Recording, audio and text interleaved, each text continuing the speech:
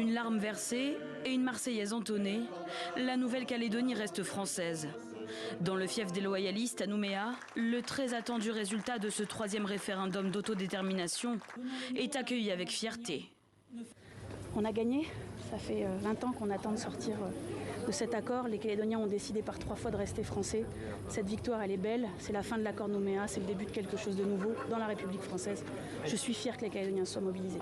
Selon les résultats définitifs, 96,49% des électeurs ont dit non à l'indépendance.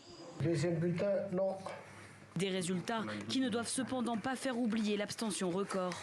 Plus d'un électeur sur 2 ne s'est pas déplacé dans les urnes.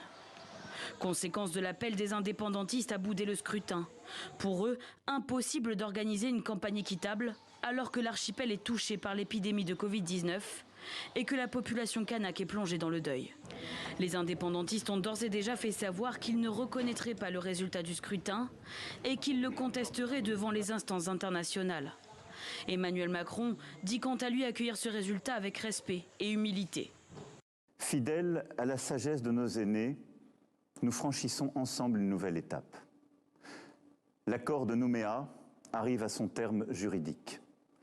La promesse du destin commun dont il était porteur n'a jamais été aussi tangible et doit continuer à nous guider. Un référendum de projet doit avoir lieu d'ici juin 2023 pour établir un nouveau statut de l'archipel dans la République. Le dialogue s'annonce difficile, les indépendantistes ont déjà prévenu. Ils refuseront toute rencontre avec le ministre des Outre-mer avant l'élection présidentielle française.